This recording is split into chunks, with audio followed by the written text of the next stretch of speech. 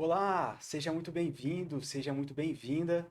Você que é incorporador, construtor, arquiteto, qualquer pessoa que trabalha, né, nesse mercado imobiliário. Aqui, né, a gente vai falar exatamente sobre isso, sobre incorporações, né, e como você também pode fazer incorporações sem que tenha que colocar aí altos valores e sem que tenha que pagar também juros, né, juros altos. Bom, e hoje trouxe uma pessoa aqui especial para falar sobre um tema primordial, é um tema inicial aí de quem está começando nessa área, né, que é fazer a compra do terreno. Então, o que que a gente vai falar hoje? Quais são as preocupações, né, quais são os erros e quais são as condições básicas que você precisa ter, o que que você precisa fazer para que você compra um terreno de forma saudável, né, sem que tenha aí um passivo, né, nesse terreno ou algum problema. E hoje eu trouxe um amigo meu aqui, que a gente na verdade virou amigo depois do lado profissional, né? A gente já trabalhou muitos anos juntos aí, e hoje ele é tabelião, né? E tenho até que dar os meus parabéns, é uma pessoa que admiro demais, que a gente começou junto, né? Assim, Justamente. Começamos junto, há nossa o que? carreira. Uns 10 anos atrás, né? Já tem 10 anos. 2013, 2014, Foi por aí mesmo. né? 2013, 2014. Se Justamente. você pudesse apresentar, Murilo, para as pessoas te conhecerem também. Aham. Então, eu me chamo Murilo Amaral. Eu trabalho, já trabalho com cartórios desde 2009, né? Na verdade, na minha vida profissional, eu sempre trabalhei em cartório. Cartório de notas. Cartório de notas. No entanto, quando eu comecei, nós ainda tínhamos cartórios que eram coligados com registro. Então, nós pegávamos ainda tabelionato de notas juntamente com registro. Então, a gente acabou pegando um pouco de conhecimento e experiência de ambas as partes, aí, tanto tabelionato de notas como registro. Depois, os cartórios passaram a ser desmembrados e nós temos tabelionato de notas e registros com seu oficial registrador e com seu tabelião. E eu fui pro lado de tabelionato de notas. Hoje você é tabelião. Tabelião. Sentou aí na cadeira dos semideuses. Nada, nada, não. Pelo contrário, o tabelião, a função dele que é dar segurança jurídica, e ele fica ali justamente na ponte entre o poder judiciário e a população, né? Eu acho que o papel dele é justamente fazer essa ponte aí, né? A gente não fica isolado, não. Já foi essa época aí de que tabelião, oficial, ficava isolado numa sala sem acesso a ninguém, né? Hoje em dia a gente tem que ter esse tipo de contato com a população, sim. Bacana. Eu vejo que assim, o tema que a gente vai falar hoje é sobre compra de lotes. Depois de muitos anos trabalhando diretamente com você lá no tabelião, fazendo as escrituras e tudo mais, ficou uma coisa muito fácil, né? A gente já conseguia, tinha um processo que fluía muito bem. Mas hoje eu acho que a gente poderia começar falando assim do beabá, o que que a pessoa precisa ter, né? O que que ela, antes de comprar um lote, o que que ela precisa cuidar, né? Para que essa compra seja segura, né? Com certeza, né? Mais uma vez agradecendo aí o convite. Eu parabenizo você também por estar procurando trazer esse tipo de conteúdo importante para a população e de bastante relevância e interesse social, tá Eu que bom? agradeço aqui a sua presença. Eu sei que realmente demanda tempo, né? E é muito importante levar informação também para as pessoas que estão procurando, né? Com Então, certeza. fico muito feliz. Muito obrigado pela sua presença. Então, partindo do princípio que você acabou de sugerir, o beabá, para você que está adquirindo o seu imóvel, é importante a gente ressaltar que esse exemplo que você deu da sua história, ele é uma excepcionalidade, né? Você disse, ah, Murilo, no começo eu apanhava um pouquinho, mas com o passar do tempo passou a ser automático, né? Já conseguia fluir mais a minha a documentação, conseguia fazer minha escritura de maneira mais automática. Só que no Brasil, é importante ressaltar que a compra de imóvel, ela se dá poucas vezes na vida de um cidadão, né? Por isso que geralmente as pessoas têm pouca experiência nesse assunto, por isso que elas precisam ter bastante cuidado e tentar se resguardar de toda maneira que ela puder, de maneira jurídica, para não cair em nenhuma armadilha, né? E tem muitas armadilhas que você vê assim, tem muita gente que no dia a dia você vê que tá tentando dar um golpe ali. Tem de Você tudo. pega muito caso assim. Tem tantas pessoas de má fé, como as pessoas que infelizmente pecam por ignorância por falta de experiência no assunto e acaba caindo em armadilha, né? Tanto pela má fé ou pela ignorância mesmo. Pela falta de conhecimento. Entendi. Realmente, depois de um tempo, as coisas começaram a ficar muito fáceis, mas eu vejo que muito do trabalho era muito aliviado por você. Porque, só para vocês entenderem basicamente, depois que eu já cheguei ali, depois de 30 lotes que eu já estava comprando, eu simplesmente nem ia mais no tabelião, nem ia mais lá no cartório para fazer aquela aquisição, né? O vendedor ia, o tabelião tirava todas as certidões do, do vendedor e falava, olha, tá tudo ok. Emitia a escritura, o, o vendedor assinava e aí o Murilo falava, olha, tá tudo certo, pode transferir o valor. Transferiu o valor do lote e aí ele liberava a escritura e o vendedor ia embora, né? E aí eu já tinha ali meu documento. Mas é claro, é uma exceção à regra, porque a princípio, foi como você falou, né? A maioria das pessoas compram um lote uma vez só, né? E tem que seguir aí um passo a passo, né? Uhum. Lembrando que aí as escrituras eram liberadas depois que você assinava a folha do livro, né? Aí a gente liberava os traslados, você ia lá posteriormente para assinar. Exatamente. Aí você me libera a escritura, exatamente. Justamente.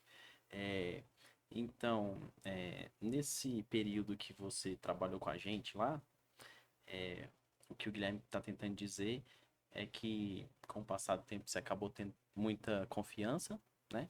E a função do tabelião é justamente essa, é dar segurança jurídica para a parte. Dar segurança jurídica para quem? Quem são as partes envolvidas no ato? O vendedor, o comprador, o próprio cartório, né? O próprio Estado. O cartório, ele tem essa função muito importante, que é dar essa segurança jurídica para todas as partes, né? E outra coisa importante também é que os cartórios, eles gozam de um princípio que é chamado princípio da autonomia, onde o tabelião pode se negar a fazer um ato se ele achar que tem alguma coisa, alguma irregularidade ali naquele ato, alguma coisa que possa trazer prejuízo para alguém. Que interessante isso. Isso Isso. acontece muito. Inclusive, eu acho que acontece muito com você. Você, às vezes, deve dar entrada numa escritura para registrar no cartório de registro de imóveis de uma comarca e o oficial registrador aceita para registrar. No entanto, Hum, você leva o mesmo documento para registrar em outra comarca e o oficial registrador não aceita para registrar, isso é verdade, acontece né? bastante. Então, é o princípio da autonomia, né? Bacana, O interessante. oficial, o tabelião, ele tem poderes. É claro que todos trabalhando sob as égides da lei, mas ele tem essa prerrogativa de, se ele vê que alguma coisa pode dar algum problema para o comprador, ou se há algum princípio de insegurança jurídica, ele pode se negar a registrar ou a lavrar aquele ato, Interessante. né? Daí o porquê que Interessante. tem muito cartório que consegue fazer uma coisa e você não consegue fazer outra em outros. Então eles têm certa liberdade, autonomia para fazer ou não fazer de acordo com os critérios que ele julgar ali, né? Perfeito. Bacana. Justamente. E tem aqueles casos que você vê que pode estar acontecendo ali uma fraude, e você pode evitar uma possível dano, né? Com certeza. Isso é muito importante. É verdade. Bom, mas então vamos falar agora o que é a regra geral e não o que é a exceção. Hoje, quando uma pessoa vai comprar um loteamento, né? O que ela precisa se atentar, né? Uhum. Então, partindo do beabá, uma pessoa que vai comprar um lote, a primeira coisa que ela precisa fazer é uma investigação. Uma investigação que eu ainda divido ela em duas subcategorias. Tem uma investigação ou uma análise objetiva e uma análise subjetiva, né? Ok. Primeiramente, vamos para a análise objetiva. Análise objetiva é a, a solicitação e a emissão da documentação para saber se aquela pessoa que está tratando com você realmente é dona daquele imóvel, né? Essa investigação é muito simples, essa análise de documentação. Basta a pessoa se dirigir ou solicitar a certidão de matrícula do imóvel de maneira online. Hoje em dia nós temos a plataforma SAEC, Serviço de Atendimentos Eletrônicos Compartilhados, onde qualquer pessoa pode expedir e solicitar e expedir a certidão de matrícula do imóvel. Hoje em dia é muito fácil, né? Aquele site lá, registradores, Isso você mesmo. entra, solicita a certidão de matrícula do lote, 1, 2 dias já tem ali a certidão e a partir daí você pode dar o start, para começar a fazer aquela compra, né? Para começar a fazer a investigação, análise de documentação, para ver se vale a pena ou não você comprar esse imóvel. Mas isso é importante. A gente está falando aqui de incorporação. Quando a gente fala de incorporação, obviamente a gente está falando de um lote regularizado, ou seja, ele tem que ter certidão de matrícula. Perfeito. Se ele não tiver certidão de matrícula, a gente não vai falar de incorporação, Isso porque mesmo. você não consegue fazer memorial descritivo, você não consegue tirar alvará, está falando de tudo irregular. Então, pré-requisito número um, tem que ter certidão de matrícula. Isso mesmo. Esse lote tem que estar regularizado e a certidão de matrícula tem que constar o nome do vendedor que está ali te procurando, né? Isso, muito importante. E você ter levantado essa questão, porque às vezes você não está tratando direto com o cidadão que está o nome na matrícula. Pode ser que você esteja tratando com o procurador dele, pode ser que você esteja tratando com o advogado dele, pode ser que você esteja tratando com o corretor dele. Mas tem que ter uma ligação entre a pessoa que está o nome como proprietário da matrícula e a pessoa que está representando ele, né? E, na verdade, como sugestão pessoal, eu sugiro que a pessoa sempre faça diretamente com o proprietário tabular, com o cidadão que consta o nome na matrícula. Porque, caso haja algum problema futuramente, é fácil você rastrear, né? Você pagou direto para aquela pessoa. Digamos que você, quando você começa a fazer sinais para terceiros, quando você começa a passar valores para outras pessoas estranhas ao ato, caso haja algum problema futuramente, fica difícil você fazer um rastreamento disso, né? Então, Então desconfie se você não estiver conversando diretamente com a pessoa que está como vendedora, figurada como vendedora na certidão de matrícula. perfeito. A certidão de matrícula, para quem não tem muito conhecimento, uma certidão de matrícula ela vem com primeira anotação todos os limites e confrontações do imóvel, informações importantes como a área total, como se faz frente divisa com alguma avenida, com alguma rua, com algum rio navegável, né? Tudo isso é importante a gente analisar na matrícula. Isso é muito importante, Murilo, sabe por quê? Muitas das pessoas que me procuram para fazer uma incorporação, vender um lote, fazer uma permuta, me aparece com uma certidão de matrícula que não tem a área verbada.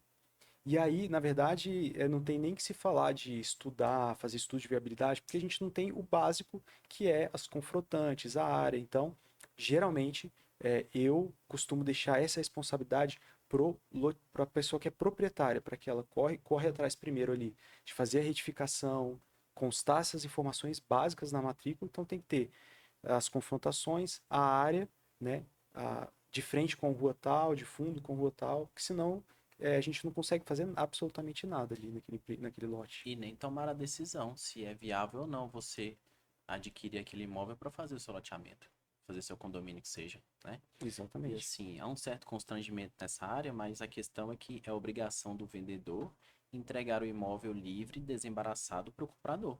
Eu sempre costumo falar, olha, eu estou comprando um terreno, eu não estou comprando uma dor de cabeça. Então, eu não quero dor de cabeça. Tem gente que trabalha resolvendo esse tipo de confusão no lote, né? Mas eu não. Eu gosto de entrar ali no empreendimento, fazer um empreendimento ali em um terreno que já está livre e desembaraçado.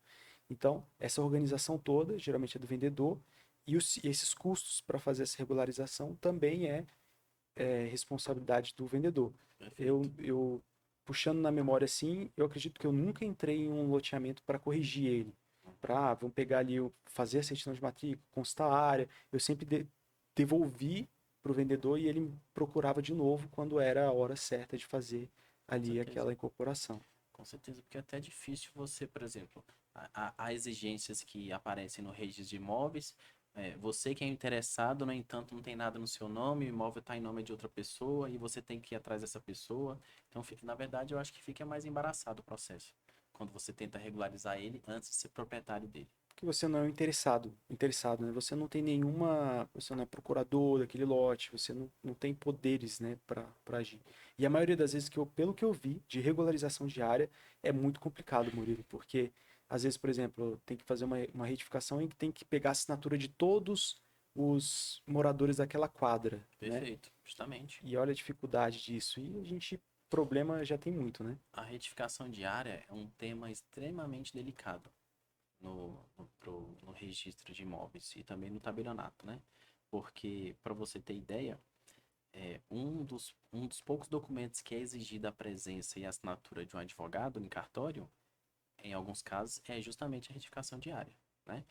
Por isso que é um terreno que eu não aconselho que seja delegado a amadores. Para quem está aprendendo, para quem está fazendo seu primeiro empreendimento, retificação diária é para quem tem conhecimento da área mesmo. Porque senão o problema fica pior ainda do que começou. Entendi, É faz bom sentido. procurar um profissional especializado na área. Que saiba fazer esse tipo de retificação, né? Tem que fazer o Perfeito, georreferenciamento, tem que fazer um justamente. processo bem lento no cartório.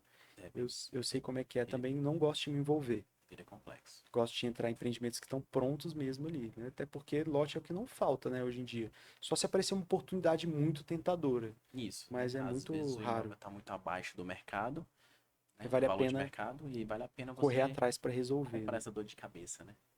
Mas aí tem que pôr na balança muitas variáveis, né? Bom, então a gente já sabe aí, o lote tem que ter a certidão de matrícula no mínimo, tem que ter o nome do vendedor, você tem que estar conversando com o vendedor, pede a certidão de matrícula e olha, se essa matrícula tem os confrontantes, que tem que ter pelo menos a área desse loteamento, né? Justamente. E qual seria o próximo passo? O próximo passo é a gente analisar a certidão de ônus do imóvel. Da mesma maneira que nós solicitamos a certidão da matrícula junto ao cartório de registro de imóveis pela plataforma da SAEC ou de maneira física, de maneira presencial no cartório de registro de imóveis, a gente vai solicitar também a ônus desse imóvel. Essa responsabilidade de solicitar ônus é também do vendedor, Essa certidão, na verdade, ou ela é gratuita? não, tanto a certidão de matrícula como a certidão de ônus tem custo, né? Tem Aqui no custo. Brasil, aqui em Brasília, eu acho que são 27 reais. E a certidão de ônus também já é vinculada com a matrícula, né? Em Brasília. No Goiás, essas certidões são desmembradas. Nós temos a certidão da matrícula no valor X e nós temos a certidão de ônus no valor Y, né? É claro, para você estar 100% resguardado, você precisa solicitar e analisar tanto a certidão de matrícula, que consta todo o histórico do imóvel, desde a primeira compra até atualmente, como está a situação dele, e analisar também a certidão de ônus, que como o nome mesmo já diz, a certidão de ônus ela nos informa se o imóvel está livre e desembaraçado de algum ônus, Então, né? se tiver alguma alienação, vai aparecer na Alguma certidão de... hipoteca, alguma alienação, alguma ação, execução fiscal, alguns capião em andamento, vai sair, vai ser apontada na certidão de ônus. Por isso que é importantíssimo. A ônus complementa a matrícula complementa a ônus. Certidão de ônus, né? Perfeito. Então, Então, coloca aí no checklist. Certidão de matrícula, certidão de ônus. ok. Olhei a certidão de matrícula. Estou tratando direto com o vendedor proprietário tabular. Olhei a certidão de ônus. Não consta nenhuma anotação de ônus nesse imóvel. Ele está livre e desembaraçado. Ok. Vamos agora para análise e investigação objetiva com relação aos vendedores, com relação ao vendedor do imóvel. Revire a vida dele de cabeça para baixo, investigue tudo, se ele possui algum processo judicial em andamento, se esse cidadão deve Receita Federal. Hoje em dia você tem acesso a essas informações pela internet de maneira gratuita, Você né? consegue pesquisar pelo CPF dele e saber todas essas informações. Se ele tem dívida, se ele Perfeito. tem alguma ação trabalhista, qualquer coisa vai identificar ali. Não, justamente, eu fiz uma escritura semana passada que o cliente até falou para mim, Murilo, eu estou comprando de um cidadão que é servidor público. Eu consegui descobrir quanto que ele aposentou e até o atual salário dele.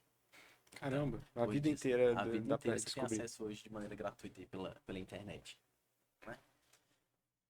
Então é importante puxar todo o histórico, né, para saber se não tem nada ali que vai impedir aquela venda, né? Porque se ele tiver, por exemplo, uma dívida trabalhista, essa dívida pode ir atrás desse terreno, né?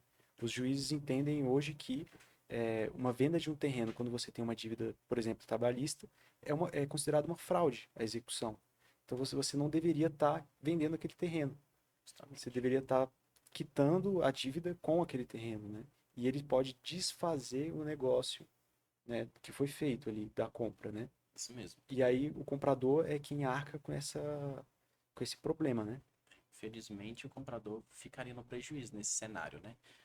O juiz pode anular o ato, no caso. Uma vez que um cidadão que tem débitos trabalhistas consta essa certidão de débitos trabalhistas positiva, ele vende esse imóvel para um comprador, mesmo o comprador registrando esse imóvel, Mesmo registrado. mesmo registrado na matrícula que o atual comprador é o novo comprador, esse ato pode ser todo anulado sim, se o juiz entender que foi um princípio de fraude ali, para se ver livre do fisco, né? Eu não sei se você lembra, mas a gente teve um caso parecido que aconteceu com a gente. Foi um lote que a gente comprou em Cidade Ocidental. A gente fez todas as consultas de certidões do estado do Goiás e aparentemente não constou nada, né? Fiz a compra, fiz o empreendimento, fiz 6 apartamentos no lote, vendi. Depois de muito tempo, chegou uma ação dizendo que aquela venda, de um juiz, dizendo que aquela venda era uma fraude à execução de um processo trabalhista que esse vendedor tinha em Brasília. Só que, como a gente estava comprando no Goiás, a gente não conseguiu identificar. Até porque a execução foi exatamente no período entre a escritura e o registro da escritura. Uhum. Ou seja, essa ação trabalhista foi executada durante esse período. Então a gente fez mesmo que a gente tivesse puxado as certidões de Brasília, a gente não teria identificado essa ação. Uhum. Então foi tudo de boa fé. E aí que está o problema, porque em primeira instância eu fui condenado a devolver o lote, né, para pagar a dívida trabalhista do antigo proprietário, em primeira instância. Em segunda instância, o segundo juiz identificou que o primeiro tinha razão, ou seja, eu ia continuar, a decisão se mantinha. Quando subiu para o Supremo, em terceira instância, aí sim ele entendeu que eu tinha feito a compra de boa fé. E aí, por fim, eu consegui não ter que arcar com essa dívida, né? Até porque, imagina, eu já tinha realizado 6 apartamentos lá. Eu teria, né, um problema muito maior. Esse é um prejuízo muito grande, né? Se não fosse meu advogado, né, ter se levado até o final, eu teria arcado com essa consequência aí, mesmo puxando todas as certidões, né? Então isso também não existe risco zero, né? É bom você ter compartilhado esse exemplo do que aconteceu contigo, porque, assim, é claro que para acontecer isso, tem que acontecer uma série de infelizes coincidências, né? Certo. Coincidir com o período de estar lavrando a escritura, coincidir com o período do registro, coincidir com a questão da decisão judicial, é muita coincidência infeliz para ter acontecido isso. Exatamente, um Mas é claro que extremo. assim, os cartórios eles buscam blindar totalmente o comprador de eventuais riscos. Mas nesse cenário que você acabou de exemplificar aí, realmente foi uma excepcionalidade, né? Mas daí a importância de se solicitar as certidões do imóvel, negativas, e as certidões do vendedor, onde está localizado o imóvel, e da residência dele, ok? Às vezes o cidadão, você está comprando um imóvel numa comarca X, e esse cidadão mora na comarca Y. Você precisa solicitar as certidões de onde está localizado o imóvel e de onde ele reside, né? Porque Inclusive, você me corrige se eu estiver errado, Murilo, mas, por exemplo, nesse caso, o juiz entendeu que, mesmo sendo regiões diferentes, um é Goiás e o outro é Brasília, o juiz entendeu que Cidade Ocidental Goiás é uma cidade dormitório de Brasília. E por isso eu deveria ter puxado as certidões também de Brasília. Né? Então, por mais que a lei fale, olha, você tem que puxar as certidões onde você está comprando, né? Por mais que o vendedor não seja de Brasília, mas tenha uma execução em Brasília, pode ser que tenha esse entendimento do juiz dizendo cidade dormitório, né? Então é importante você puxar também de outros estados, né? isso mesmo. Já fica aí a dica aí para os próximos compradores solicitarem certidões sempre de onde a pessoa reside e de onde está localizado o imóvel. E nesse caso específico, o nosso entorno de Goiás, então, mesmo que a pessoa não resida em Brasília, já também solicitar as certidões de Brasília. Certidões são gratuitas, certidões são expedidas pela internet, basta você ter o nome e o CPF da pessoa, você tem acesso a essas certidões. Vamos deixar aqui na descrição do vídeo essa lista de certidões, né, que o Murilo me passou, para que você possa também puxar todas essas certidões do nome do vendedor. É um checklist, ok? Mas de cabeça, quais são essas certidões? Certidões da Receita Federal, certidão da Secretaria da Fazenda Estadual, certidões da Justiça Trabalhista, certidões de ações civis da Justiça Comum e certidões de ações civis da Justiça Federal e ainda certidão negativa de IPTU e, caso seja imóvel de condomínio, certidão negativa de condomínio. Então, mais uma informação aí. Antes de você comprar o lote, é bom você verificar se não tem dívida de IPTU, né? Justamente. E se já teve alguma casa naquele lote, é importante você verificar se não tem uma débito de água e de luz também. Porque pode ser que tenha uma dívida alta ali, né? Verdade. Faz essas 3 Eu consultas já também. tive experiência há pouco tempo atrás, onde o cidadão, ele me narrou que ele comprou um imóvel, por negligência do corretor, que ele estava inclusive sendo acompanhado por um corretor, tinha débito de R$ 20.000 de água.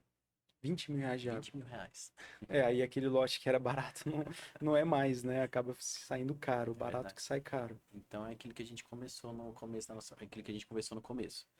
Muitas das vezes são erros básicos que as pessoas cometem, né?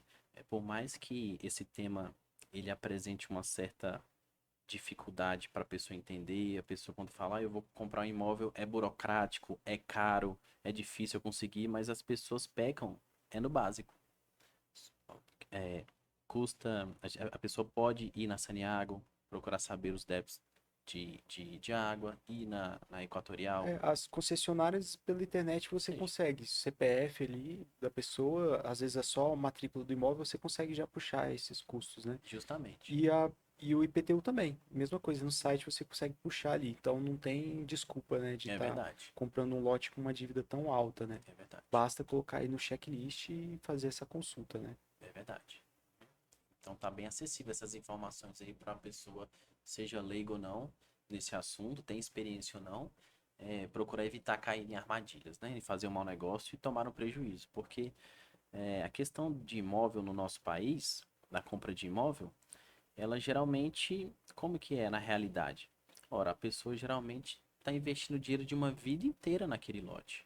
Ou então ela trabalhou 10, 15 anos numa determinada empresa, recebeu suas verbas rescisórias e está investindo tudo naquele imóvel, né? Então é extremamente importante que ela tente se cercar de toda a segurança jurídica que ela conseguir. Bacana. Eu, até hoje, né, em 13 anos de construção, o único problema que eu tive na compra do lote foi esse. Obviamente que eu evitei comprar lotes que estavam com algum tipo de problema, né, de alguma área errada na certidão de matrícula, enfim. Uhum. Mas eu queria saber de você, Murilo, o que que você vê que acontece muito aí de fraude, de compra errada, de problema que aparece lá no tabelião? O que acontece muito, as pessoas quando vão comprovar a propriedade do imóvel, o vendedor chega pro comprador com uma pasta dessa grossura, parecendo uma bíblia, De de documentos. documentos. Aí lá dentro nós temos recibo de compra e venda, nós temos termos de quitação, nós temos comprovantes de IPTU pagos de 1900 e bolinha até hoje, nós temos contratos particulares, cadeias gigantes de procuração, e a pessoa tem certeza que aquilo é o suficiente para comprovar a titularidade dela como dona daquele imóvel. No entanto, aquela pastinha, De nada infelizmente, vale. de nada vale. O que a gente precisa é a certidão de matrícula em nome do vendedor e a certidão de ônus negativa. E a pessoa deve vir com uma certeza, assim, de que eu vou vender meu lote hoje, né? Eu sou dono porque eu tenho. Infelizmente, é claro que hoje em dia, com o provimento 65, contrato particular tem muito poder para a gente fazer uma ação de uso capião que seja, né? Uhum. E também sessões de direito, eles têm ornamento próprio na lei, eles são usados sim em determinados casos. Não é que eles não servem de nada. No entanto, mas aí já seria assunto para um outro vídeo, né?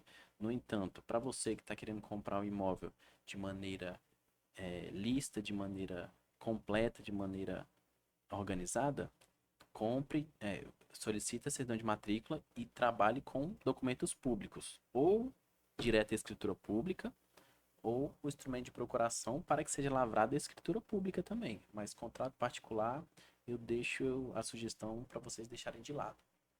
Bacana.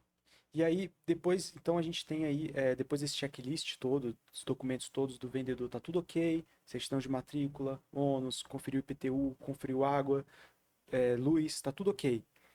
Qual que é o próximo passo? A gente já pode fazer a emissão da escritura. Lembrando que as certidões em nome do vendedor, do proprietário, em nome do cidadão, se ele for casado, do cônjuge também. Perfeito, Né? bacana. Então, isso é uma outra consulta que você tem que fazer da vida do cônjuge do vendedor também. Se Perfeito. ele tiver lá figurado como na certidão de Como matrícula, casado, como casado, comunhão parcial, né? Porque se for separação total, não precisa. isso, mas aí a gente entra em outra questão, né? Se for comunhão universal por imposição da lei ou por vontade das partes, né? Certo. Mas, por via das dúvidas, procure as certidões, independente do regime, seja separação, seja regime participação final de aquestos, parcial, universal, separação.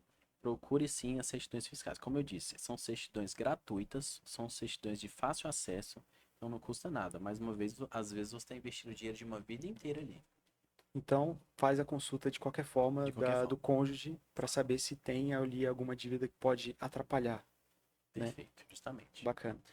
É, respondendo aí o que você havia dito e eu entrei com a questão do cônjuge, aí a gente acabou de narrar a questão da investigação objetiva. Outra coisa que eu deixo como sugestão aqui seria a análise e a investigação subjetiva. O que é essa análise subjetiva?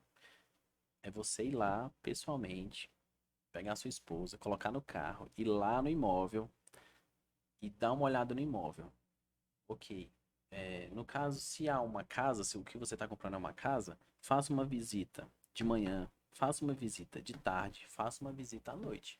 Porque a realidade de uma casa na segunda de manhã é diferente de um apartamento de uma casa no sábado à noite, né? Interessante, hein? Então, às vezes, a pessoa compra, já vi isso acontecer também, a pessoa vai lá, aqui em Brasília, inclusive, a pessoa comprou uma kit, ela foi lá numa terça-feira de manhã, tudo silencioso, maravilhoso, tudo limpinho, bonitinho. Foi no cartório, fechou o negócio. Depois que mudou, primeiro final de semana, descobriu que tinha um barzinho embaixo, que o barzinho funcionava justamente no dia posterior que ele foi visitar, quarta em diante. Caramba, Pagode, samba, aquele sonzão alto. sonzão, churrasco e cerveja a noite inteira. E como é que o cidadão tem paz, né? Então, assim, Caramba. com certeza ele teria tomado uma atitude, uma decisão diferente se ele tivesse sabido, se ele tivesse acesso a essa informação. Então, uma investigação subjetiva que eu falo que ela é interessante. Procurem fazer uma visita no imóvel várias vezes no dia e mais de um dia na semana, Em horário diferente, né? em horário diferente. Outra investigação Tem subjetiva. ali em algumas regiões, tem, por exemplo, na cidade ocidental mesmo, eu lembro que eu evitava comprar lotes que eu sabia que era próximo da estação de tratamento de esgoto da cidade. Por causa do mau cheiro. E ali, em determinados horários, vinha um mau cheiro. E aí você tem uma. Às vezes você não conhece a região, mas o seu comprador conhece. E ele sabe que ele não vai comprar ali porque ele não vai suportar o cheiro. É E aí verdade. você. É um tiro no pé, né? Que você dá. É verdade. E outra questão também que eu acho interessante nessa análise subjetiva é você procurar conversar com os vizinhos do lote. Estou comprando uma casa, vou lá, bato no vizinho, bato na porta do vizinho do lado. Então, eu tô comprando esse imóvel de fulano de tal, ele realmente é o dono, você vê ele aqui com frequência? A pessoa vai te dizer. O que que eu dou essa sugestão? Que eu já vi golpes nesse sentido. E descobre pelo vizinho, né? E descobre pelo vizinho, o vizinho salva, justamente. Que ele já desmente logo, fala, não, você tá. Esse não é o proprietário. O proprietário é seu Zezinho. Ele dá o Perfeito, número do seu Zezinho. perfeito, é verdade. O que que eu já vi acontecer? É um golpe aí que era até mais de uma vez eu já vi acontecer. O cidadão aluga um imóvel, diz ser dono desse imóvel e começa, inclusive, a fazer propaganda desse imóvel, vendendo, tentando vender. Vez ou outra encontra algum desavisado que acaba achando o negócio interessante, porque geralmente está sendo vendido por um valor muito abaixo do mercado, É uma oportunidade, a pessoa cresce o olho, acha que vai ganhar dinheiro fácil, justamente. Ele está comprando um cidadão que é apenas o locatário que desse não imóvel, tem a não é o propriedade. proprietário, né? E tudo isso poderia ter sido evitado se tivesse tido aqueles cuidados que a gente falou anteriormente, né? Certidão de ônus, certidão de matrícula, já teria matado essa charada aí logo de E cara. até agora a gente não está falando nada em dinheiro, né? A gente não está falando em adquirir ainda, em pagar nada. A gente vai chegar lá, eu espero. Isso mesmo. Isso tudo é pra gente São chegar. todos os cuidados que você tem que fazer para não São os cuidados que se você tem que prejudicar. ter antes de chegar na tomada de decisão, né? Ótimo, De fechar o negócio, de pegar na mão do cidadão e realmente fechar o negócio, bacana. né? Eu gostei das tuas sugestões de critérios subjetivos. Isso, eu chamo disso, isso, análises subjetivas. Análises Perfeito, objetivas das documentações do imóvel e dos vendedores, e análise subjetiva seria essa questão dessa visita, dessa conversa com o vizinho, dessa coisa mais informal, mas que vale muito também. Ajuda perfeito, muito a gente a não cair em armadilhas aí, bacana. Eu né? vou acrescentar algumas que eu acredito que sejam importantes para quem vai mexer na área da incorporação, vai fazer algum tipo de empreendimento ali. A primeira delas é fazer a topografia. Você tem a topografia completa, que hoje em dia não é caro, a gente está falando aí de R$ 900, frente a um lote, né, que vale o quê? 10 vezes mais que isso, né? Então, vale a pena porque isso evita você comprar um lote que não tenha confrontação descrita na certidão de matrícula. Isso não tem outro jeito de verificar, Murilo, só em loco. Você tem que ir lá e medir. Se você quiser economizar, compra aquela fita métrica de 100 metros, vai lá e faz a medição. Pega o martelo, o prego, prende de um lado, estica do outro e faz a medição. Muito bem. E aí você já sabe mais ou menos se tem ali a medida correta, né? Uhum. Procurar saber também se o imóvel que você está comprando, ele é uma área, uma APP, né? Se tem área de preservação. Área de preservação permanente, Porque se tiver, você perde uma grande porcentagem considerável. do seu lote ali para isso, né? Verdade. E também se possui lençol freático, né? Lençol freático. Aí seria para você descobrir, teria que fazer um estudo de sondagem, Isso né? mesmo, justamente. Então faz a topografia e faz a sondagem. Olha, quando você trabalha muito tempo numa região, você consegue já prever se aquela região ali tem água nos lotes ou não. E isso, Murilo, para mim faz uma diferença muito grande para o incorporador, sabe por quê? Se tem um lote ali que você fez a sondagem e ele deu água rasa, aquela fundação vai sair muito mais cara. Mas assim, muito mais cara mesmo. A gente pode colocar aí 15% a mais, 20% a mais. Do valor de uma fundação é altíssimo, que você tem que fazer ela contínua. Então, realmente, é uma excelente dica é você fazer a sondagem. Se você já tem muita experiência na área, naquela região, fazendo uma sondagem em um lote, você sabe que a probabilidade do outro ter ou não ter é muito grande. Então, você começa a abrir e ficar um pouco mais flexível. Mas a gente está falando aqui de investimentos que são baixos frente a possível prejuízo. Eu vou dar um exemplo. Eu já evitei de fazer a compra de um lote porque eu vi que tinha, eu fiz a sondagem antes, vi que tinha água e para determinado tipo de projeto que eu fazia, que era aquele projetinho de 3 embaixo, 3 em cima, 6 apartamentos, eu já sabia que dava uma diferença em torno de 25 mil a 30 mil a mais só pela hélice contínua, que era muito mais caro. A concreto mistura com água, você tem que concretar enquanto você está. É muito complicado. Então eu já deixei de abrir mão, porque às vezes um lote que estava ali barato, quando você adiciona esse custo, ele sai caro.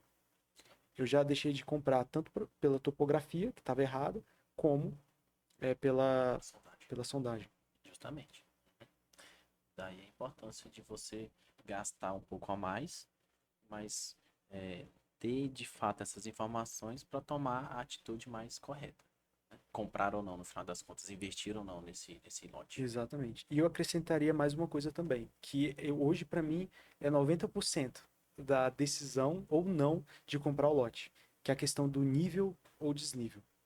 Se esse lote tiver um desnível muito grande, não vale a pena comprar. Nossa, mas eu falo isso com toda a segurança do mundo. Não vale a pena comprar. Porque a fundação que você vai ter que fazer, o muro de arrimo, para suportar aquele prédio ali que você vai construir, é muito caro e o risco é muito alto. Quando você constrói um prédio em cima de um muro de arrimo, por mais que você faça uma compactação bem feita, pode ser que aquele projeto dê problema no futuro. E são vários problemas, olha só. Se você pega um lote desnível, você tem que aterrar, vamos supor, dar 1,5 metro de aterro, né? Você pode errar na fundação, na contenção, e esse prédio pode começar a afundar, o muro de arrimo pode começar a ceder, né? Esse é o primeiro problema. Você pode errar na fundação da sua estrutura, né? Você pode fazer ela mais rasa do que deveria, porque pensa comigo, se você tem 2 metros de aterro, e a sua fundação tem 5 metros, você vai ter que fazer 5 metros mais 2. Então, você já gasta mais com a fundação também. Você tem problema, quando você está fazendo a compactação do terreno, você faz uma movimentação muito grande de caminhões. E os vizinhos, às vezes, têm casas que são ruins, né? Mal feitas, mal construídas. E essas casas começam a rachar. Isso acontece, e já aconteceu comigo também. Você Então, acaba sendo o responsabilizado. prejuízo é muito grande. Eu tive um caso de que eu fiz, um muro de arrimo, era 2,5 metros de muro de arrimo. E o que aconteceu foi o seguinte: os vizinhos não cuidaram da manutenção das áreas das caixas de passagem de esgoto. E o que aconteceu? Essas caixas de passagem começaram a acumular gordura, começou a vazar para dentro do solo. E aquele solo com muro de arrimo começou a ficar carregado de água. Quando a gente fez o cálculo, eram toneladas, milhares de toneladas de peso a mais. em cima daquela fundação. E ela começou a ceder. Então, prejuízo gigantesco. A gente teve que fazer buracos de drenagem, depois teve que fortalecer e refazer toda a caixa de passagem. Então, foi o maior prejuízo que eu tive. E também, quando o lote é o contrário, né? Quando ele tem muita terra e você tem que tirar aquela terra, Isso. você tem que fazer a contenção também em volta. E aquilo sai extremamente caro. Então, hoje, quando eu olho para o lote e visualmente, às vezes você não consegue identificar, bate o nível. Porque o lote que eu comprei, que estava dando quase 2 metros de muro de arrimo, olhando assim, não parecia. Eu falava, tem que colocar um pouquinho de terra aqui. Acontece. Mas, nossa, você tem que bater o nível para saber.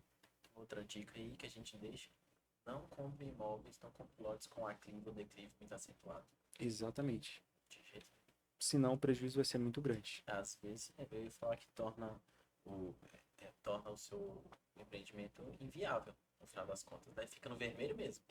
Ainda mais para quem está construindo pelo Minha Casa Minha Vida, né, que as margens são baixas, se você tem um prejuízo aí de muro de arrimo, Não tem a margem mais, para erro, né? não tem margem para erro. Você não pode errar. Inclusive, se você for olhar para o risco, é muito mais arriscado você construir um prédio em cima de um muro de arrimo, de contenção, do que você construir um prédio em um lote que é plano. Então, além da demora e do custo. Então, se você pegar essa diferença de valor, vale muito mais a pena, sei lá, se for 50 mil reais, facilmente em vez de você comprar um lote de 100, você compra um lote de 150. Uhum, E você sai ganhando, porque você vai ter uma obra mais segura, mais rápida e mais barata. justamente. E é importante a gente ressaltar também que geralmente esse tipo de lote, ele está muito abaixo do valor de mercado, né? O que acaba atraindo a pessoa que está fazendo ali o seu primeiro empreendimento, pensa, poxa, eu já vou começar economizando. Olha só, um lote que vale 100 mil, eu vou estar pagando 60 mil, 50 mil, às vezes até 40 mil. É uma oportunidade, né? É uma A princípio oportunidade, parece uma oportunidade. Mas não é. Quando você vai olhar, né? A experiência é um verdadeiro mostra que não é. cavalo de Troia, então não vale a pena. Eu realmente, hoje em dia, eu entrego muito. Até questão, por exemplo, quem vai construir para vender, fazer empreendimentos na planta, tem que atender várias normas, inclusive de acessibilidade, né? Então, se você tem um lote muito declive, você vai ter problema com a Caixa Econômica, vai ter problema com os bancos, porque você vai ter que transformar aquilo numa coisa acessível, Verdade. né? E eu acrescentaria ainda, nesses critérios subjetivos, Murilo, a questão da infraestrutura que tem que ter aquele lote. Se você vê, por exemplo, que não tem tem muitos lotes que são buraco, aqueles boca de lobo, de escoamento de água, né? Se você tem duas ladeiras aqui e o lote lá no final, às vezes você olhando assim, você não imagina. Nessa Mas no nossa período de região aqui, chuva, que não tem muita, não é muito plano, né? Tem muito exatamente. disso, é Então, verdade. aquele lote ali, ele é o escoamento da água. Então, você vai ter que desviar a água ali, você tem que pensar nisso, né? E isso pode ser um grande prejuízo também. Dica de ouro. Dica de ouro aqui hoje, viu? O, o, o Guilherme. Se as pessoas seguirem as Visto de dicas, bastante relevância social. com certeza. Financeira também, né? Verdadeiro interesse social. E infraestrutura também a gente fala de, não é só isso, né? Você tem rede de luz, né? Se tem passando poste ali, né? Asfalto, se tem captação de água fluvial, né? E se tem também rede de esgoto, também é uma coisa muito importante. Algumas cidades têm, alguns bairros determinados têm a rede de esgoto e outros não têm, né? E aí quando a gente fala das mudanças da regra, a gente entra nessa questão aí de uma possível mudança que aconteceu, né? Que aconteceu da mudança a Caixa começou a exigir de um dia para o outro que alguns empreendimentos, né? Empreendimentos acima de 3 pavimentos, deveriam ter rede de esgoto, né? Se você já tinha construído um prédio ali, Muita gente desprevenida. eu, inclusive, fui um dos prejudicados nessa relação, né? Mudaram, eu estava ali com mais de 24 prédios naquela época. E eu fui super prejudicado, porque eu não podia desligar pelo programa, né? Então, isso sim, se eu tivesse comprado esses lotes na região onde tem rede de esgoto, eu não teria esse problema. Então, é importante você escolher e observar esses critérios subjetivos, né? Justamente, justamente. Importante.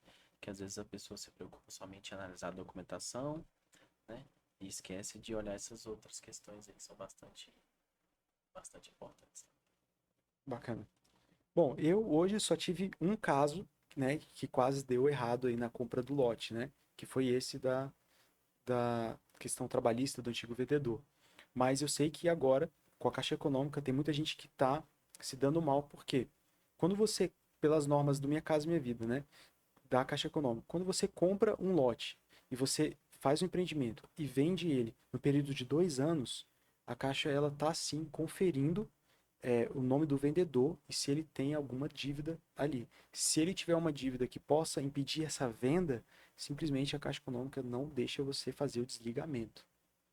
Então, eu colocaria no checklist aí, né, fazer essa conferência. Sim. Né? Na verdade, nós temos jurisprudências que você faz até 5 anos. Até 5 anos daquele imóvel, ela tem poderes para tomar aquele imóvel, caso um dos vendedores tenha deixado débitos junto a esse órgão, né? Você tem que consultar ali todo mais importante, mais uma vez frisando a importância da certidão de matrícula, que tem o histórico de todo o imóvel, desde a primeira compra até a atual proprietário. Você fazer uma investigação dos últimos 5 anos de todas as pessoas que passaram como proprietário desse imóvel, não só apenas do último também. Perfeito, Diquinha é. mais aí. Bom, então é isso. A gente tem então que passar por esses critérios objetivos e subjetivos. Beleza, puxamos todas as certidões, tá tudo certo, tem certidão de matrícula, critérios subjetivos estão todos ok, o lote é perfeito. Uhum. E aí, posso comprar esse lote? Não tá faltando mais nada? A gente vai comprar esse imóvel regular através da escritura pública de compra e venda. Procure fugir de procurações, procure fugir de contratos particulares. Como eu disse, eles têm jurisprudência própria e são amparados por lei. No entanto, é muito delicado você comprar imóvel com esse tipo de documento. Vamos sempre fazer o quê? A documentação em cartório, lavrada pelo tabelião, porque o tabelião, na lavratura desses atos, eles vão tirar várias certidões em nome dos vendedores, vão procurar fazer o recolhimento devido dos impostos. Em contratos particulares, a gente já tem esse tipo de sonegação, né? O que torna ele um documento ainda um pouco mais fraco, né, juridicamente falando. Então, é, as pessoas partem do princípio de que é caro fazer essa documentação em cartório. É caro. Pode ser de acordo com a realidade dos brasileiros, sim, mas, no entanto, você tem que levar em consideração que você está tratando de um bem ali de, às vezes, R$ 100.000, né? Às Então, vezes 10 vezes mais que isso também. ou às vezes 10 vezes no seu caso. Então não dá pra gente ficar brincando com economia de dinheiro com relação a isso. Vou economizar 1.000, R$ 2.000 trabalhando com imóvel que vale 100, R$ 200.000, né? Então, passamos pelas análises e as investigações objetivas e subjetivas. Tenho certeza que aquele cidadão é o dono do imóvel. Vamos todo mundo para o cartório, comprador, vendedor, para a gente dar entrada no processo de escritura pública de compra e venda e, posteriormente, fazer o seu registro junto ao registro de imóveis competente. Porque o que acontece? O lote só vai ser da pessoa se ela fizer o registro. Não adianta só fazer a Justamente, escritura, né? muitas das vezes a pessoa tem a escritura dela e ela Não acha que ela registrou. é o dono. Ela não tem a escritura registrada, ela acha que ela é o dono. Infelizmente, ela não, ela tem posse. A posse é dela, sim. Se ela tem essa escritura, os outros documentos também, ela tem a posse. Mas o domínio consolidado em nome dela se dá com o registro dessa escritura. Inclusive, já deixo aqui meu puxão de orelha também para algumas classes que geralmente alguns advogados ou mesmo os corretores eles dão assistência para o seu cliente até o momento da assinatura. A Da partir do momento que escritura. eles assinam a escritura de compra e Acha venda, que tá tudo ou de um certo já. divórcio, ou de um inventário, né? Eles acham que está tudo certo e deixam a documentação pela metade. Ainda não, precisa ainda registrar, levar no cartório de registro de imóveis. Paga o ITBI primeiro, depois leva. O ITBI pode ser apresentado no ato do competente registro ou apresentado no ato da lavratura da escritura. Então, é, as entidades de classe, corretores, advogados, busquem acompanhar o seu cliente até o final do processo. Tá O vendo, que, né? que consolida o final do processo? O registro.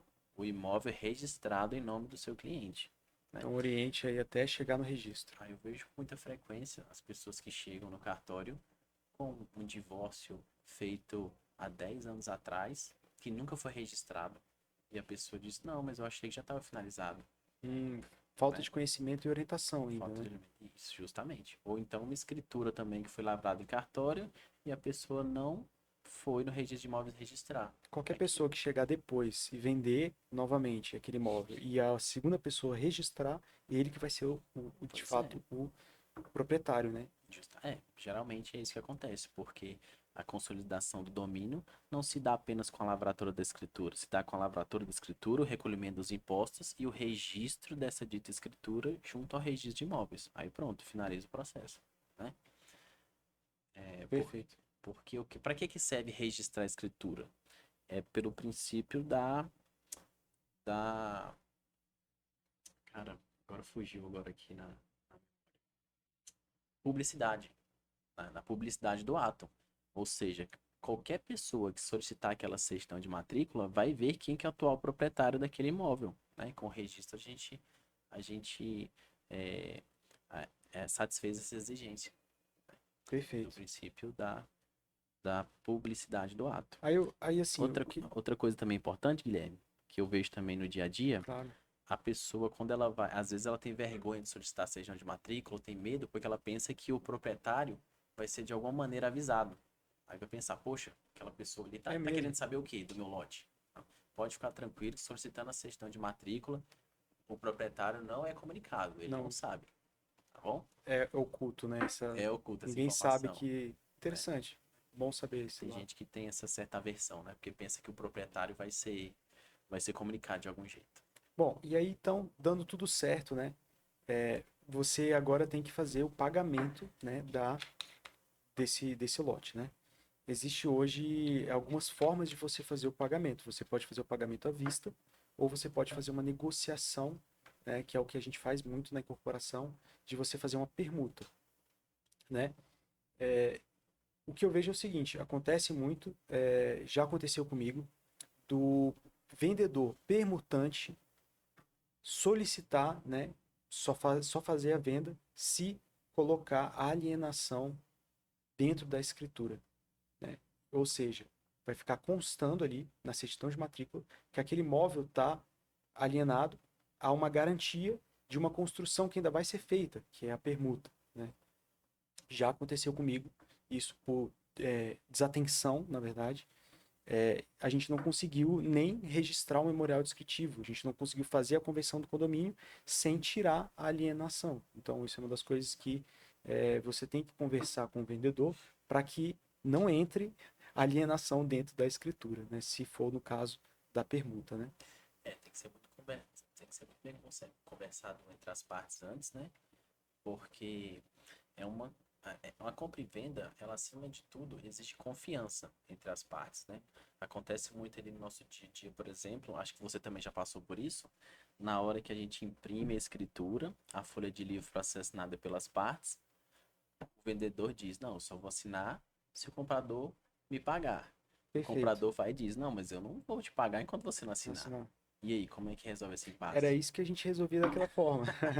É isso aí eu lembro. A gente resolvia de uma forma muito tranquila, né? Porque aí a gente, se você conseguia passar essa confiança para o seu comprador, Na né? verdade, o comprador ele assinava ali a escritura, eu a maioria das vezes não tava, né?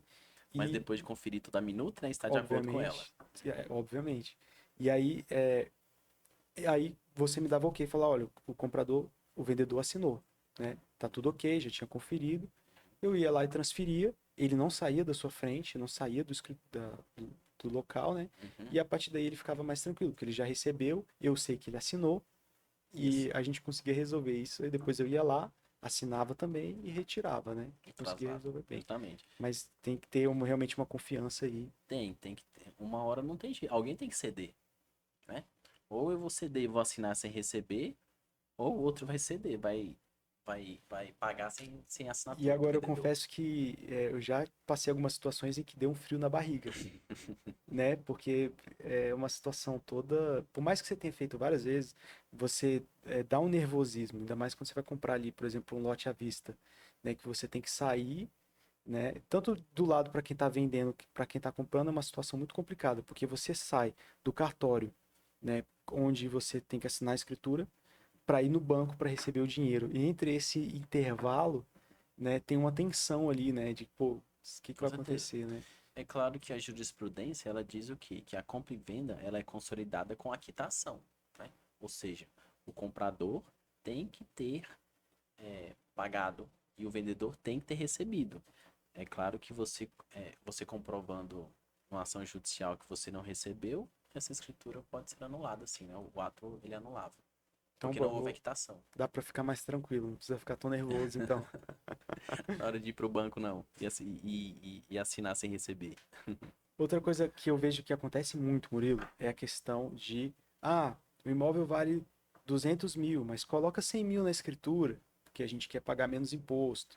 Queria perguntar para você assim, quais são as possíveis consequências dessa prática que é muito comum, que as pessoas fazem bastante? É Quais são as verdade. possíveis consequências disso?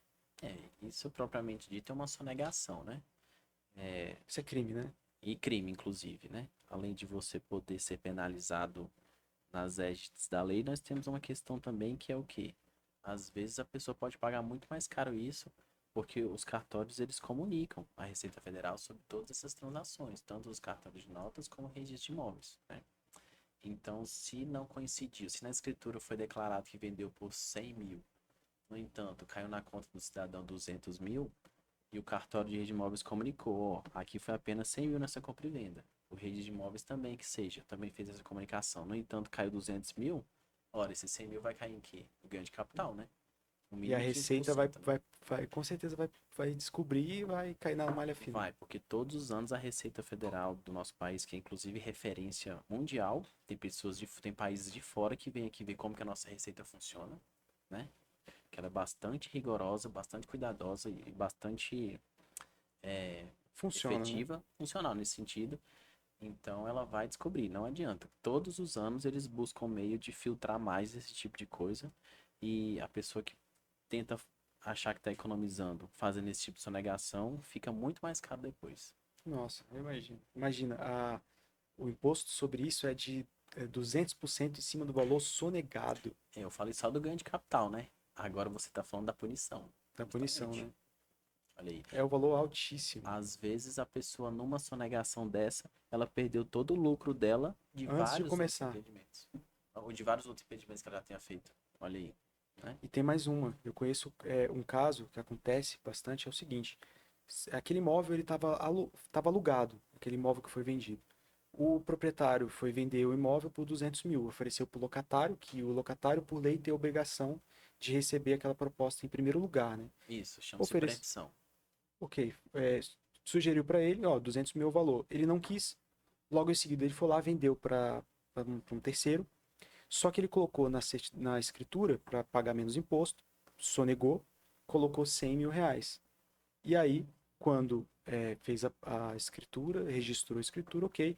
Logo em seguida, o locatário descobriu o valor que foi colocado na escritura, ajuizou uma ação contra o vendedor, dizendo que não foi oferecido a ele aquele imóvel por metade do valor, de 100 mil, fez o depósito em juízo, né, deu dos 100 mil reais, né, e não saiu do imóvel. E você imagina, quem é que ganhou? O locatário. Ele que está no direito, né? Ele Direito de pagou. prevenção e direito de compra. Exatamente. Então, mais um risco aí de estar sonegando o valor da escritura. É verdade. Então, é um verdadeiro barato que sai caro. Né? Barato que sai caro. E a gente nem imagina, né? A gente só. As coisas vão acontecendo depois, né? É E toma verdade. uma proporção muito grande. Imagina. Você perdeu aí 50% do valor. Justamente. Antes de começar um empreendimento, você sai no negativo, Uhum. né? Então é Então, complicado. aproveitando esse gancho, mais um cuidado que é bom a gente ter na compra quando a gente vai fazer a investigação do imóvel é se o imóvel estiver locado, bater um papo antes com o locatário. Ver se ele está de acordo em sair do imóvel, ver se ele está de acordo com essa venda. Senão você pode acabar caindo numa armadilha dessa que você acabou de narrar. Né? Ele tem de fato a preferência, né? Então Tem tem que direito, oferecer para ele tem o direito de compra, o direito de compra, ver se ele quer ou não, né? Seria muito bom ter isso documentado, né, para que não aconteça com certeza. esse tipo de problema, né? A anuência dele, A anuência dele dizendo que formal, né? A escrita isso, ele dizendo pode não comparecer tenho na interesse, escritura. Ele pode comparecer na escritura pode aparecer na escritura. dizendo que não vai fazer o uso do seu direito de compra, né? Direito de compra também nós temos aí no caso de compra e venda de direitos hereditários, né? Digamos que você esteja adquirindo imóvel oriundo de Inventário? um inventário, é necessário que você compre de todos os herdeiros. Lembrando que os herdeiros têm o direito de compra. Então, se nenhum deles quiserem ficar com o imóvel, aí sim você pode ser esse comprador.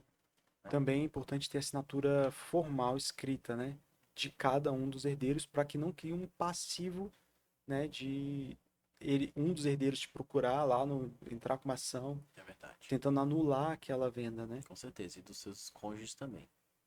Entendi. Então, olha, uma coisa que parecia ser simples, uma matéria que parecia ser simples, acaba vindo com muitas pequenas coisas, né, que tem que ser observadas, né? Tem essas peculiaridades aí que, infelizmente, a gente acaba deixando passar, mas que pode fazer o seu empreendimento se tornar até inviável. Ou até você perdê-lo. E por água abaixo, né? E qualquer coisinha, Murilo, já é motivo de perder rentabilidade em um projeto, cara.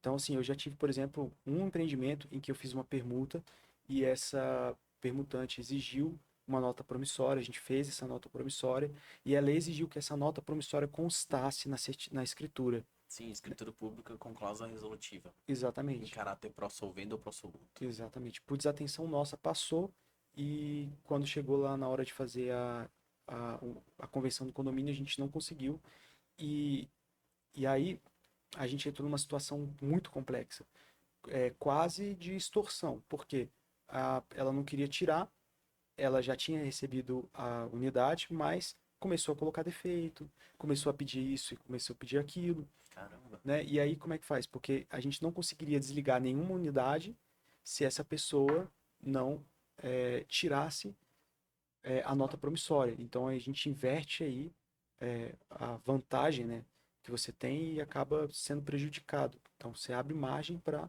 uma pessoa te prejudicar. E foi exatamente isso que aconteceu. Além de ser super desconfortável. Também o prazo para fazer a retirada dessa nota promissória da certidão de matrícula foi um prazo muito grande, demorou, né? E durante esse tempo a gente ficou com o prédio parado, né? E acabou que prejudicou todo mundo, inclusive a permutante, porque ela ficou lá no prédio vazio, né? E a gente pagando manutenção. É, E esse tempo em que passou, a gente perdeu dinheiro, né? com Porque a gente não certeza. conseguiu vender no ápice da imobilização do capital, O cupim da inflação também, né? a inflação Corrói. correndo, juros correndo também. Então, querendo ou não, você tem um empreendimento que era saudável, por uma desatenção, você faz o empreendimento perder margem de lucro ali. É por isso que o princípio básico de toda negociação é o quê? É a confiança, né?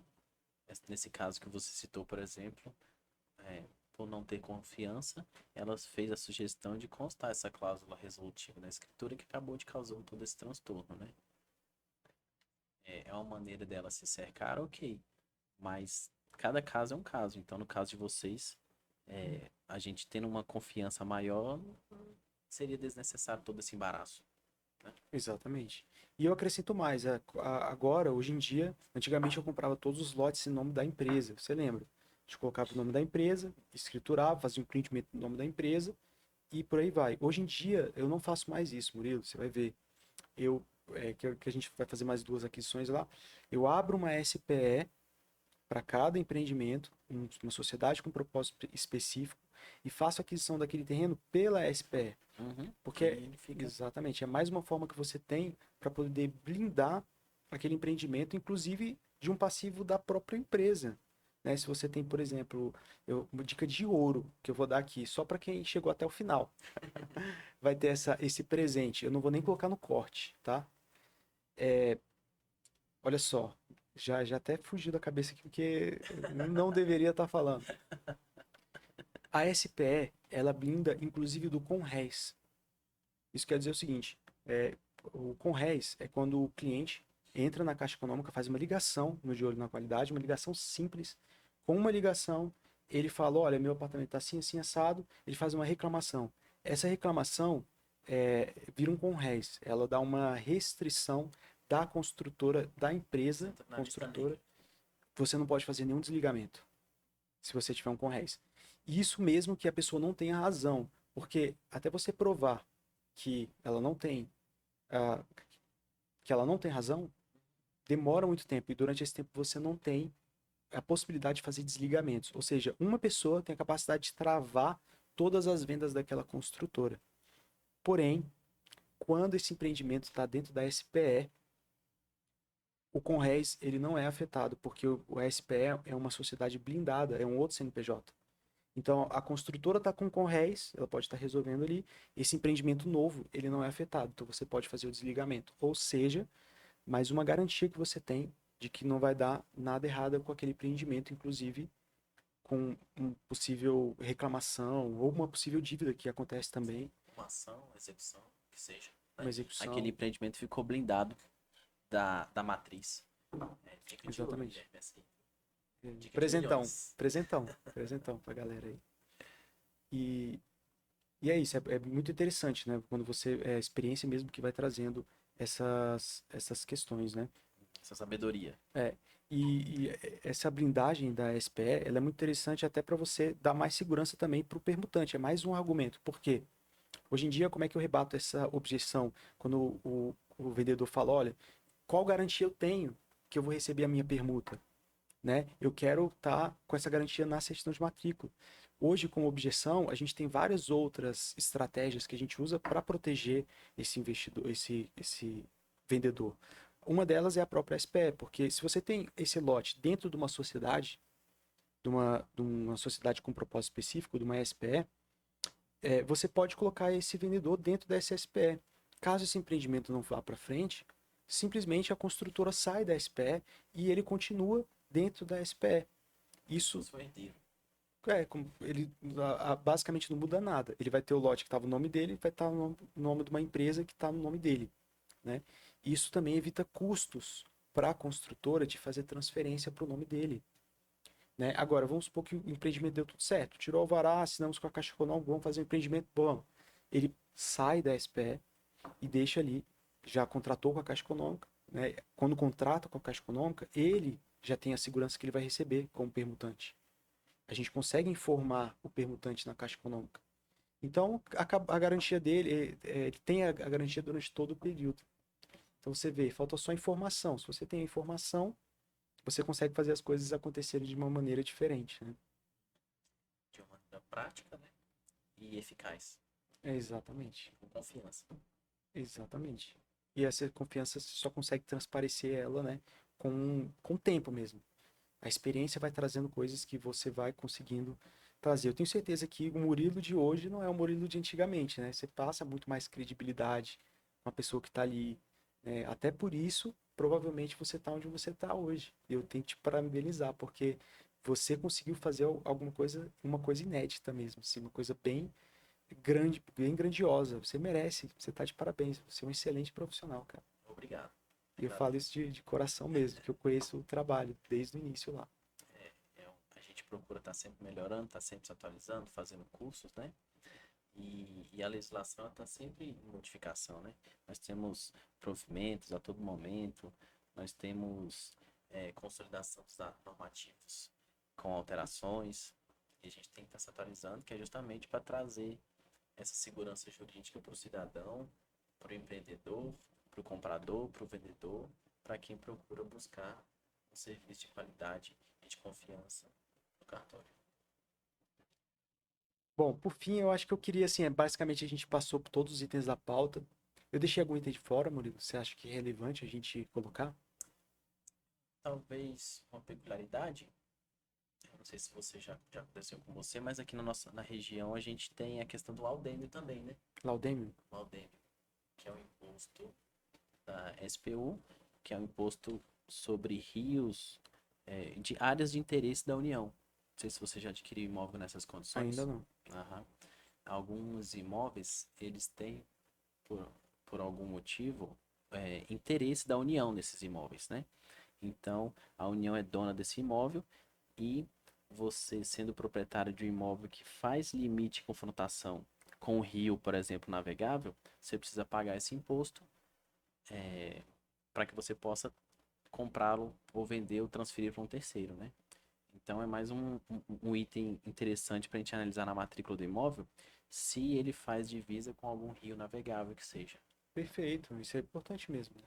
Tem inclusive aqui no Goiás, tem algumas normas sobre algumas árvores nativas também, É a que a gente questão. sempre olha. Por exemplo, o pé Isso, de piqui é protegido, né? é É uma verdade. árvore protegida. Quando tem um pé de piqui, eu evito um pouquinho. É um problemão se você tirar o piqui do lote. Aí você tem que ir na licença ambiental, você não pode fazer limpeza desse lote, né?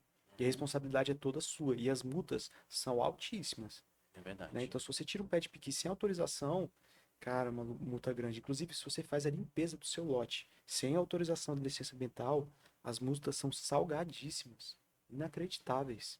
Mais salgado do que o frango com piqui, né? Que a gente pode fazer com o piqui do pé. Exatamente. Ah, não, mas piqui é E tão gostoso, pô. É até maldade você tirar o pezinho de piqui de lá. é verdade, pô. Eu não gosto de piqui, não. Você não Então, gosta? não muito. Ah, não. Sabe que tá perdendo, cara. Eu acho que até valoriza, inclusive, o metro quadrado do seu É, né? empreendimento se você estiver vendendo com pé de piqui. Depois você tenta amadurecer essa Dá uma ideia aí. valorizada, né? Tenta amadurecer essa ideia aí. Não, e brincadeiras à parte, hoje a licença ambiental ela faz acompanhamento mensal via Google Earth, né? Via Satélite satélite. mesmo. Então eles fazem a comparação lá. Aqui tinha essa mata, agora não tem mais, opa, não tem licença ambiental? Multa. Aqui tinha, eles têm localizado onde tem os pés de piqui todos, né? Opa, tinha um pé de piqui aqui, não tem mais? Multa, né? Então é um, é um gosto que sai caro, viu? Esse aí. Pode pegar só a frutinha, tirar a árvore não. Isso mesmo. Mas é fácil de resolver, é só ir lá na licença ambiental, eles pedem uma compensação. Uhum. Você vai tirar, pode tirar, mas aí você vai plantar 10 árvores nativas em tais lugares, você doa para a prefeitura, às vezes eles plantam. Sim. É Uhum. tranquilo, mas tem que Uhum. observar mesmo.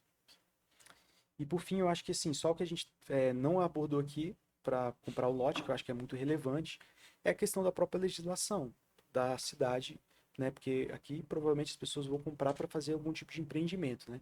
Então você tem que ter o conhecimento do que dá para ser feito naquela região de acordo com o zoneamento da cidade. Então vai na prefeitura, faz a consulta antes de fazer a compra, né? Ou procura um arquiteto, alguém que tem Sim, familiaridade, né, do código de obras e vê o que dá para ser feito ali. Porque às vezes você está comprando um lote que você acha que é residencial e não é comercial, por exemplo. verdade. Análise, a gente analisar o plano diretor do município, às vezes a gente tem comarca que podemos construir 3 pavimentos, outra só pode construir 4, outra só pode 2, né? Então, é muito importante a gente analisar esse plano diretor para evitar cair em armadilha também. Exatamente. Muito interessante. Bom, eu queria fazer uma última pergunta para você, Murilo, que eu vejo que você provavelmente tem muito mais experiência nisso do que eu, que você está lá no dia a dia, está vendo isso. É, Você provavelmente deve ver muita negociação de lote, né, que acontece na sua frente ali, né? Eu queria saber quais são os argumentos de negociação que você vê acontecendo, quais são os que mais funcionam, quais são os que menos funcionam. Então, eu acho que o principal, você precisa saber o objetivo da compra daquele imóvel. Eu estou comprando para erigir uma casa, eu estou comprando para investimento, eu estou comprando para fazer um comércio, né? Então depende muito do objetivo que você está tendo para adquirir aquele lote. Partindo do princípio que seja para investimento, né? Que é o caso dos empreendedores que trabalham com você, e no seu caso também, a gente tem que procurar saber. Aquela área, ela tem algum investimento ali do poder público, ela tem uma infraestrutura básica, isso tudo influencia muito no valor do metro quadrado do imóvel e de você estar negociando ele, né? Uhum. Por exemplo, também, aí a gente entra naquelas outras análises que a gente já falou. É, foi feito o projeto dele hidrográfico, o topográfico, qualquer que seja. É um imóvel que vai precisar construir ou não um muro de arrimo. Então, tem Isso, que levar quanto mais informação você levanta, mais poder de compra, de negociação você tem. justamente. Muito Então, bacana. a Então, gente então por exemplo, pô, eu bati a topografia lá e vi que vai pegar 2,5 metros de aterro. Então, vamos abaixar esse valor aí, né? Alguma coisa do tipo, né?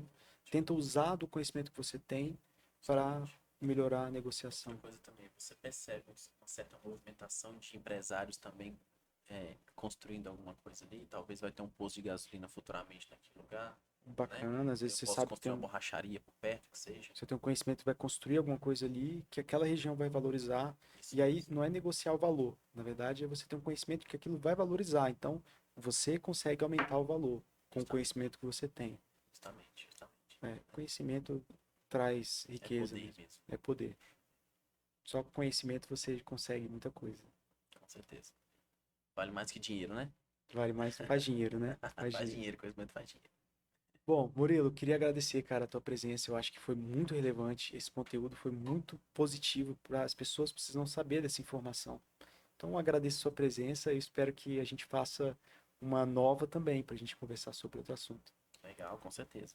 Eu que agradeço o convite e mais uma vez parabenizo aí a iniciativa por trazer esse tipo de assunto que é super relevante e as pessoas carecem muito ainda de informação sobre isso, né? É de verdadeiro interesse social esse vídeo que você faz.